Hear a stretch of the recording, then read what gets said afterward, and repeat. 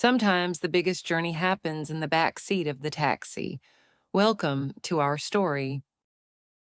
The young couple appeared at the corner of Rustaveli Avenue like a mirage in the late morning heat. Manana almost didn't stop. Something about their nervous energy reminded her of birds before a storm. But the girl was waving frantically, and business had been slow since the breakfast rush ended. The boy reached her 1998 Toyota Corolla first, opening the back door with careful courtesy. Maybe 24. Wearing a shirt that had been pressed but was already wilting in the humidity. His hands shook slightly as he helped the girl into the back seat, and Manana caught the sweet smell of aftershave mixed with nervous sweat. She was younger, early 20s at most, clutching a small bouquet of white roses that looked like they'd been purchased from a street vendor rather than a proper florist. Her dress was simple. Not quite white, not quite cream. The kind of compromise that suggested limited options rather than fashion choice. But she held herself straight, chin lifted, like she was preparing for something important. "City Hall, please," the boy said as he slid in beside her. His Georgian was formal, polite, the kind used with government officials and strangers. Manana adjusted her rearview mirror and caught sight of the rosary hanging there, wooden beads worn smooth by her grandmother's fingers decades ago. Her taxi license was clipped to the sun visor, showing the same determined expression she'd worn in every official document for 20 years. She glanced at the couple in the reflection. Getting married or getting divorced? The girl laughed despite obvious nerves. "Married, today, in 45 minutes. Cutting it close," Manana observed, pulling into the familiar chaos of morning traffic. She studied them in the mirror as she drove. The boy had a lean face and calloused hands. Construction worker, maybe, or mechanic. The girl had the bright, restless energy of someone used to being watched, performing. There was something theatrical about the way she moved her hands when she spoke. "We would have left earlier," he said, reaching over to take the girl's free hand. "But someone kept changing her shoes." "I didn't change them, Georgie," the girl protested. But she was smiling now. "I just wanted to make sure they were right. You only get married once." "God willing," Manana muttered, then caught herself. "I mean, congratulations." Their easy banter reminded Manana of something she'd rather forget. She turned up the radio slightly, but it was just morning talk shows discussing traffic reports and whether it might rain later. The weatherman was optimistic. He usually was. Through her windshield, Tbilisi moved past in its familiar morning rhythm. Street vendors setting up their stalls, old men already gathering in the park for their daily chess games, young mothers hurrying children to school. She'd driven these streets for 20 years, had memorized every pothole and traffic pattern, every shortcut that could save 5 minutes in rush hour. At the red light near the medical university, the girl's composure began to crack. "What if everyone's right?" The words burst out like she'd been holding them back all morning. "My Aunt Maya keeps saying I'm not thinking clearly since Papa died. That grief makes people do stupid things." Manana's fingers tightened on the wheel. The light turned green, but she didn't immediately accelerate, earning an irritated honk from the car behind her. "What if I'm just trying to replace him?" the girl continued, her voice rising with panic. "What if this is all just some desperate attempt to fill the hole he left? At the theater, they say grief can make you confuse attention with love, make you cling to anyone who—" "Hey!" Georgie's voice was gentle but firm. He turned to face her fully, ignoring the honking cars behind them. "Look at me, Nino. We don't have to be perfect to be ready.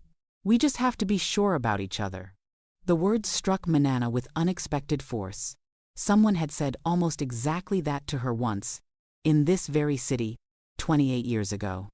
Her foot found the gas pedal on instinct, but her mind was suddenly elsewhere, in her mother's kitchen on the worst day of her life. "Are you sure about me?" Georgie asked. "Yes," Nino whispered. "I'm sure about you, I'm just not sure about me." "Then trust me to be sure about you too, at least until you can trust yourself again." Manana caught her own reflection in the side mirror. Not the competent middle-aged taxi driver she'd become, but the 16-year-old girl she'd been, standing in her mother's kitchen in a black dress, listening to words that might have saved her life if she'd been brave enough to believe them. "Are we almost there?" Nino asked, checking a cheap plastic watch on her wrist. "I just want to get this part over with. My director always says the worst part of performing isn't being on stage, it's waiting in the wings." 5 more minutes, Manana managed. Her voice sounded normal, professional. No one would guess that inside, she was drowning in memories she'd spent 2 decades trying to bury. The city hall came into view ahead, its Soviet-era concrete softened by bright flowers planted around its entrance. Other couples were making their way up the steps. Some confident, some nervous. All of them walking towards something rather than away from it. Manana pulled into the parking area but didn't turn off the engine. She needed this conversation to end, needed them out of her car before she said something she'd regret. But she also wasn't ready to let them go. Wasn't ready to return to her solitary routine after witnessing this echo of the life she'd never lived. "Well," she said, forcing brightness into her voice, "here you are, City Hall. Ready to make it official?" Nino looked out at the building, then at Georgie, then at her own hands clutching the wilted roses. "I think so," she said. But her voice was small again, uncertain. "Good enough," Manana heard herself saying. "Sometimes, I think so is the most honest answer there is." Something in her tone made them both look at her reflection in the rearview mirror. "You sound like you know," Nino said quietly. Manana considered lying, or changing the subject, or simply turning off the meter and ending this conversation. Instead, she heard herself saying, "My father died when I was 16. Construction accident." The car fell silent, except for the idle of the engine, and the distant sounds of the city going about its business. "Were you engaged?" Georgie asked gently. "Not officially, but Dato and I had been inseparable since childhood. Everyone in our village knew we'd marry eventually. It was just a matter of when." Her voice got flat, the tone she used when discussing routes with difficult passengers. "The funeral was in the morning. Traditional Orthodox service, the whole village there. That evening, Dato came to see me." She stopped, surprised by her own words. She'd never told this story to anyone. Not her mother, not the other taxi drivers, not even herself in the long, sleepless hours when the past came calling. "What happened?" Nino asked softly. "He knelt in my mother's kitchen. Right there on the floor, muddy boots and all, had his grandmother's ring. Nothing fancy, just silver with a chip of amber in it. But it was real." Manana's voice softened slightly at the memory. He'd gotten his conscription notice that week, had to report for military service in 2 months. But he said he couldn't leave without knowing we belonged to each other. That if something happened to him— "What did you tell him?" Nino whispered. "That it was inappropriate. That I was wearing mourning clothes and he was asking me to think about wedding dresses. That he should ask me later, after I could think straight about the future instead of drowning in the past." "That sounds reasonable," Georgie said carefully. "Does it?" Manana turned around to look at him directly. He was 21 years old and proud. "When I said I needed time to think about it, he heard me saying I wasn't sure about him. I could see the disappointment in his eyes, the way his whole face changed." "Oh no," Nino breathed. He stood up slowly, like an old man, put the ring back in his pocket, said, "You broke my heart, Manana. I'll never see you again." And then he walked out in the rain, tracked mud all through our house. My mother was furious about those footprints the next morning. She gestured toward her feet without thinking, but I couldn't clean them up. Part of me thought he'd cool down and come back to apologize, like we always did after fights. And part of me— She trailed off, realizing what she'd almost admitted. "Part of you knew those might be the last traces of him you'd ever have," Nino finished softly. Manana stared at this young woman who barely knew her, who had somehow seen straight through to the truth she'd never spoken aloud. "Did you try to find him?" Nino asked. Manana shook her head. "Pride wouldn't let me. If he wanted to come back, he knew where I lived. I wasn't going to chase after someone who'd walked away from me." She paused, then added quietly, "But I kept waiting. Days became weeks, became months. He skipped his military service. Someone finally told me he'd moved to Batumi. found work on the cargo ships, got married to a girl there eventually. And you never married? Georgie observed. Never even came close. Decided love was a luxury I couldn't afford. Focused on survival instead. Became practical. Safe. She gestured around the taxi's interior. This is what practical looks like after 28 years. The silence stretched between them, heavy with implications and missed chances. Manana could see other couples climbing the city hall steps, each one a small miracle of courage she couldn't quite comprehend. You know what I think? Nino's voice was gentle but direct. I think you weren't wrong that night.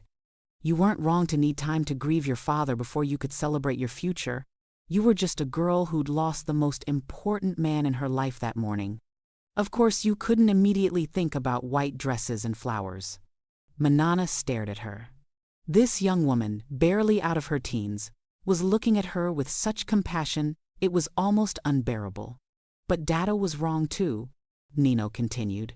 Wrong to make his proposal an ultimatum.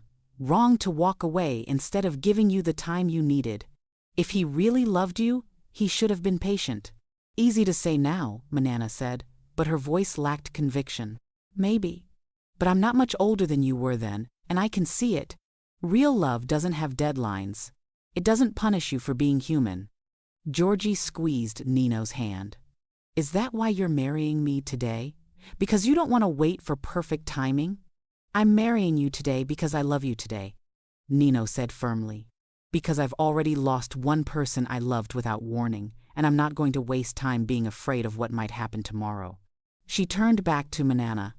The difference is, Georgie isn't asking me to choose between grieving my father and loving him.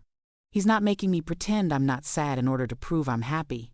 Manana felt something crack open inside her chest. A hard shell she'd built around her heart, made of pride and regret and the stubborn insistence that she'd been right to be careful. For the first time in 28 years, she wondered if maybe she hadn't been wrong that night in her mother's kitchen. Maybe she'd just been young and scared and trying to do the right thing in an impossible situation. Maybe they both had been.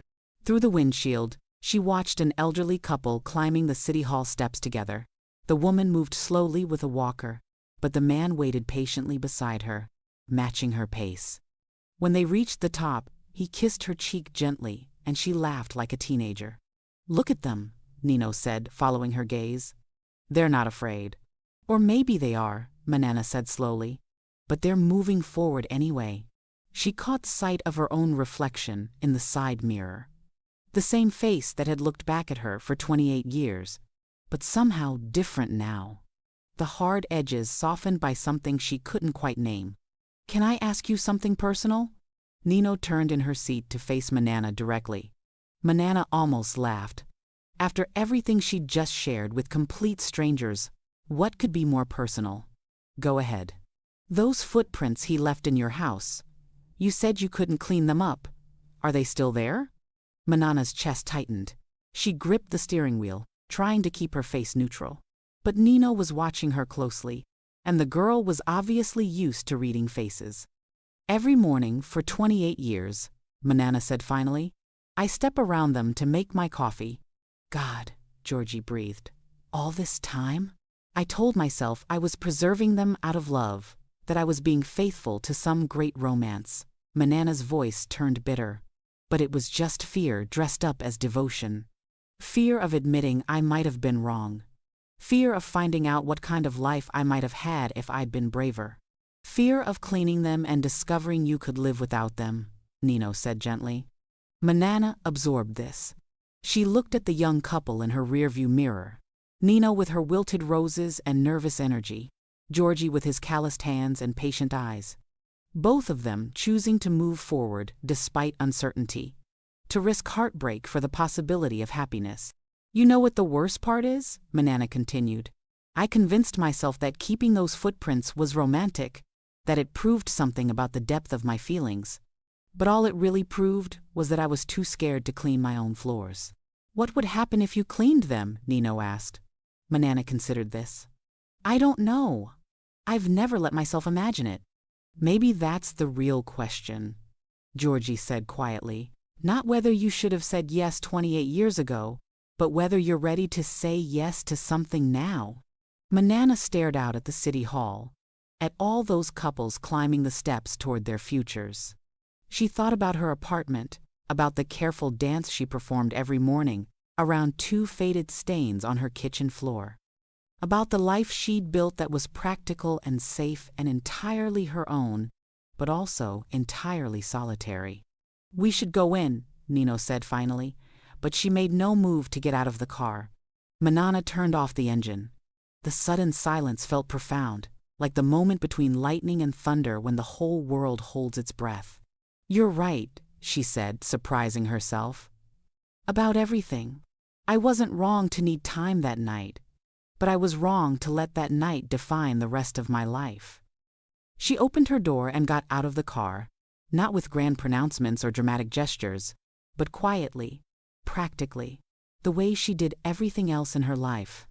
"Come on," she said, looking back at them through the open door. "If you're going to do this, let's do it right."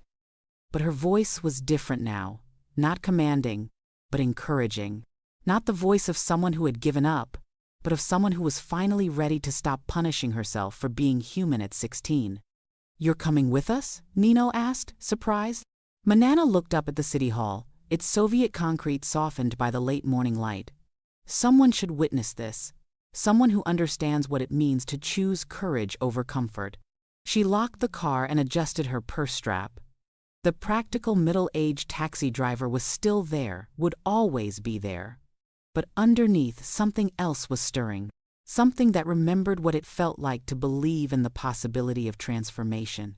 "Besides," she added, surprising herself with a small smile, "I want to see how this story ends, since I never got to see how mine did."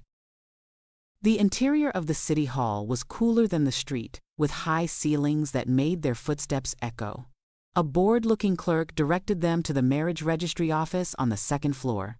As they climbed the stairs, Nino's bouquet began shedding petals, leaving a small trail of white on the worn carpet. "Nervous?" Georgie asked, though his own hands were visibly shaking. "Terrified?" Nino admitted with a laugh. "But the good kind of terrified. You know that feeling right before you walk on stage? Like you might forget every line or you might give the performance of your life." Manana remembered that feeling. The last time she'd felt it, she was 16, and standing in the wings of their school auditorium, waiting for her cue to walk onto the stage as Cleopatra. "You're an actress?" Manana asked, the pieces clicking together. "Community theater, mostly. Small parts." Nino's voice carried a mixture of pride and embarrassment. "Last year I played Cleopatra in our summer production. It was my first real lead role." The marriage office was a small room with fluorescent lighting and plastic chairs lined against one wall. A middle-aged woman behind a desk looked up as they entered, her expression softening when she saw Nino's dress and bouquet. "Marriage license?" she asked in the weary tone of someone who processed dozens of these ceremonies each week. Georgie produced the documents from his jacket pocket, and the clerk began filling out forms with practiced efficiency. Another couple waited in the corner, whispering nervously to each other. An elderly man sat alone, reading a newspaper and occasionally checking his watch. "Witnesses?" the clerk asked. "Just me," Manana said, stepping forward. The clerk glanced at her with mild curiosity, probably wondering about the connection between this middle-aged taxi driver and the young couple. "Name?" "Manana Tseretelli." As the clerk wrote this down, Manana felt a strange sense of completion, like she was signing her name to something more significant than a government form. She was choosing to be present for this moment, choosing to participate in someone else's courage instead of just observing it from a distance. "We'll be ready in just a few minutes," the clerk announced, then returned to her paperwork. Nino sat down in one of the plastic chairs, smoothing her dress carefully. The roses were definitely wilting now, but she held them like they were precious.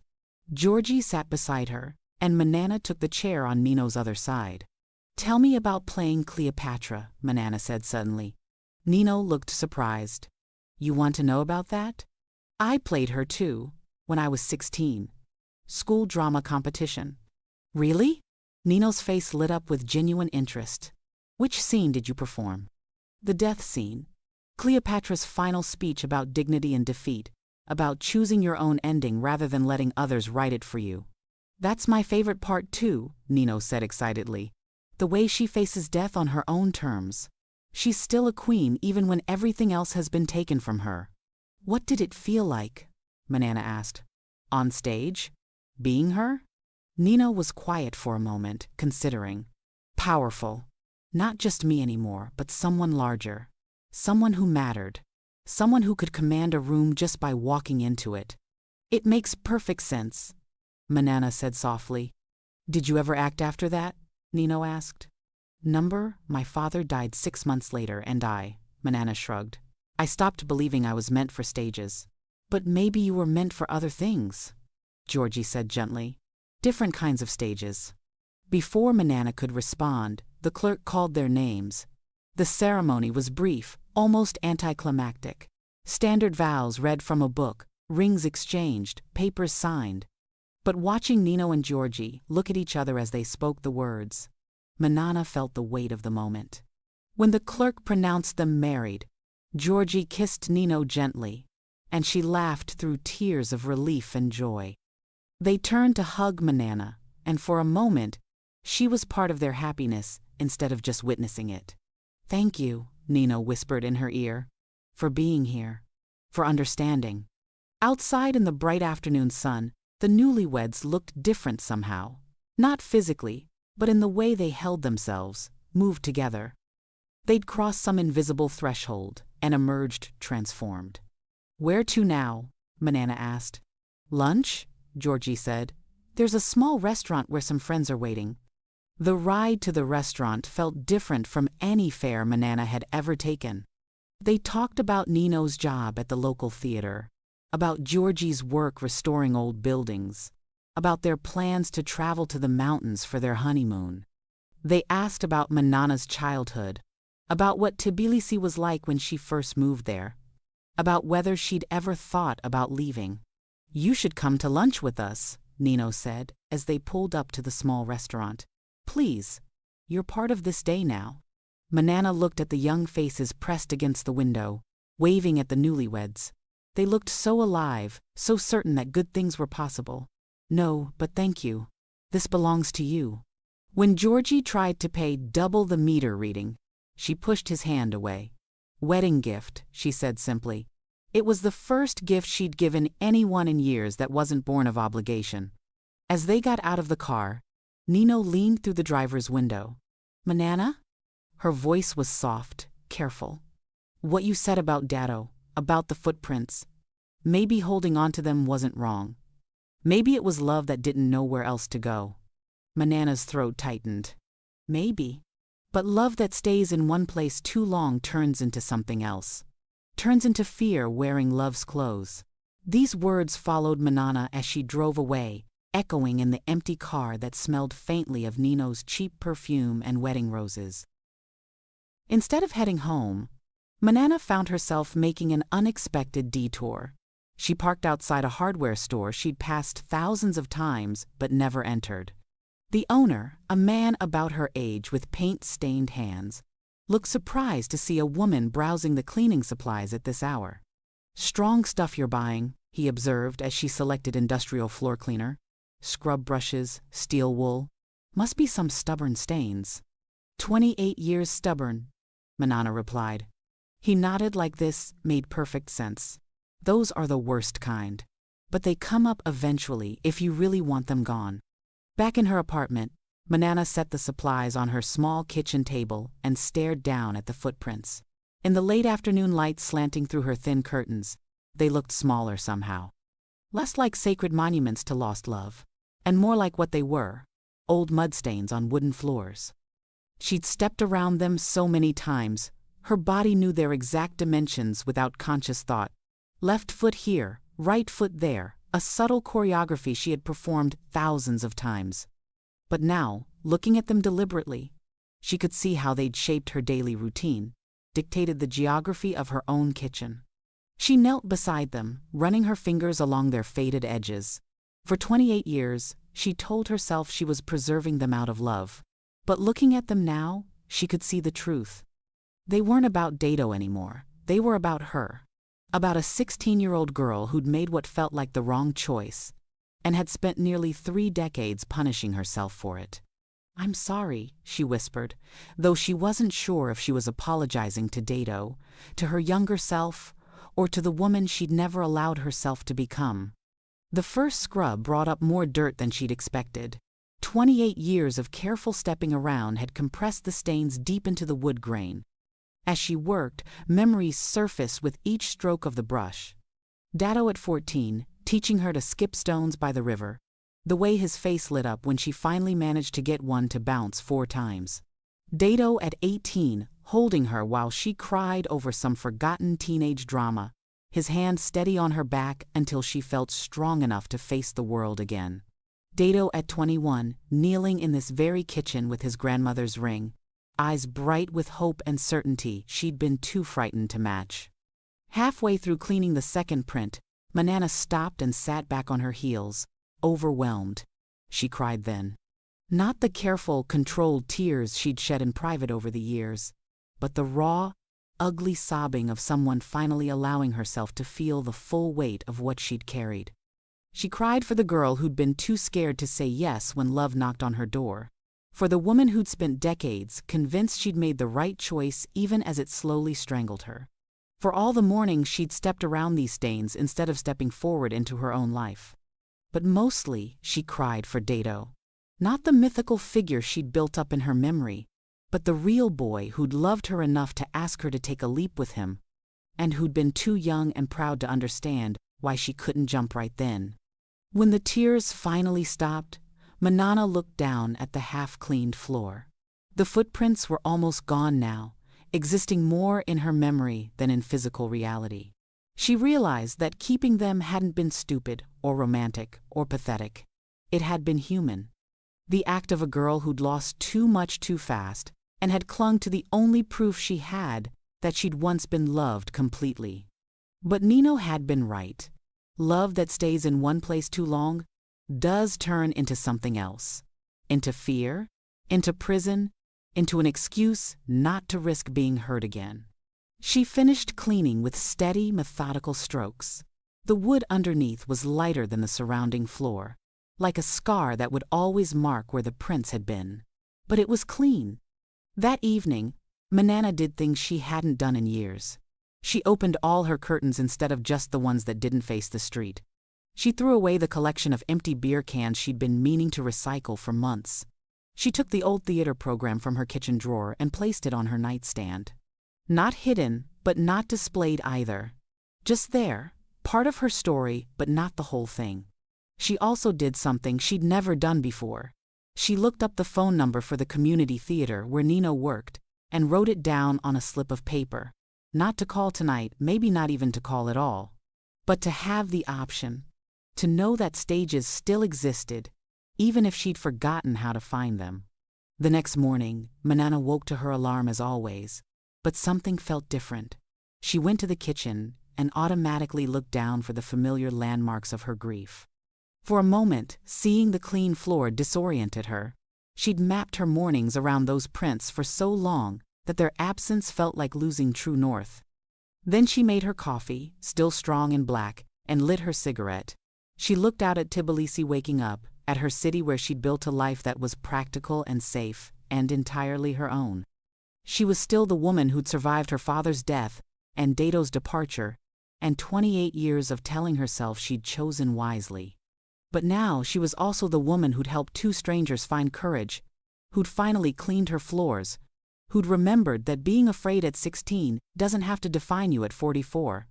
When she checked herself in the mirror by the door, Manana saw her usual reflection.